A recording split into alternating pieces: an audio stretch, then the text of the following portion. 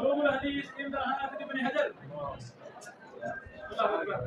حافظ الدنيا، حافظ الدنيا، إمام المحدثين، خاتمة الحفاظ، حافظ ابن حجر کا نام بولا. یہ نزہۃ النظر پڑھ رہے. نزہۃ النظر مختصر کتاب ہے. حافظ ابن حجر رحمہ اللہ نے ایک مفصل کتاب لکھی ہے نکت. پھر فتح الباری میں بے شمار علوم حدیث کی بحوث، عن صحابہ کا کتاب اس میں بے شمار بحوث، الدرایا میں بے شمار بحوث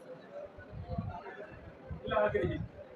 یعنی ابن حجر کی تمام اہم کتابوں میں جو علوم حدیث منتشر تھا، اصل ہم نے نزہۃ النظر کو بنایا، پھر نکت کو جمع کیا، پھر جو دیگر فوائد ہمیں باقی کتابوں میں سے ملے وہ ہم نے جمع کر دی.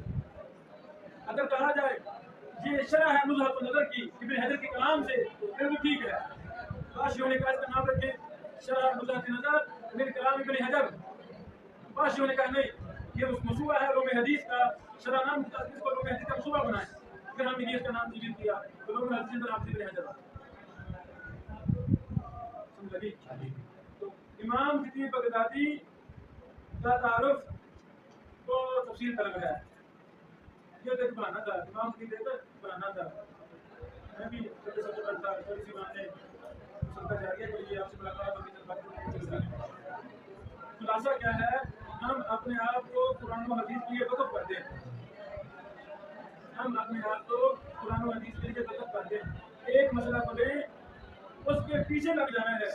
10 سال لگ جائے، 10 سال لگ جائیں، زندگی میں ایک ہی مسئلہ حل ہو، اس کو چھوڑنا نہیں ہے.